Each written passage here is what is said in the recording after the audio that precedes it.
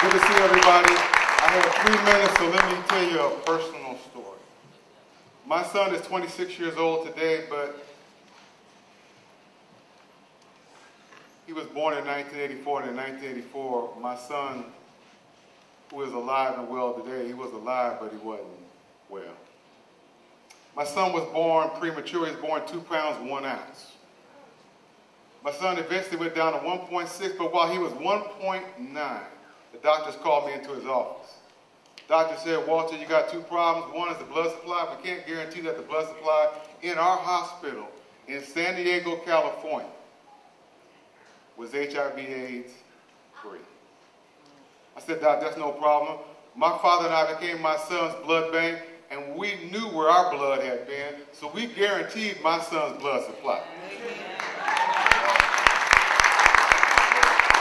But I had a second problem. My second problem was that medical science had told me they had done all they can do, and they decided that there was nothing left for my son. I said, well, I can solve that problem too. I went home that night, and got on my knees and asked God to save my son. I tell you, I was weak, and I came back into the hospital that next day.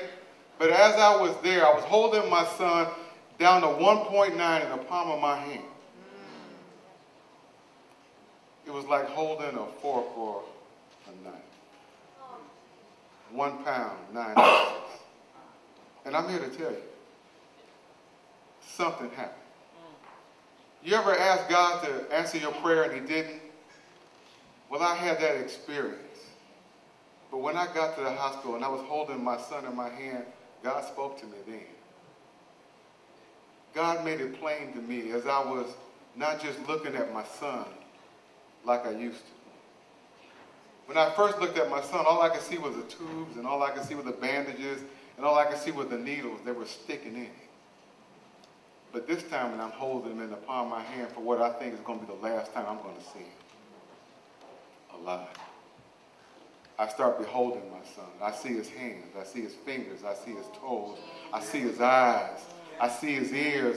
I start to realize that what's on the inside of a woman is a live, living, breathing human being that deserves life, that deserves to be born. I'm here to encourage us to stand against 371, and I'm here to encourage us to end abortion today. God bless you.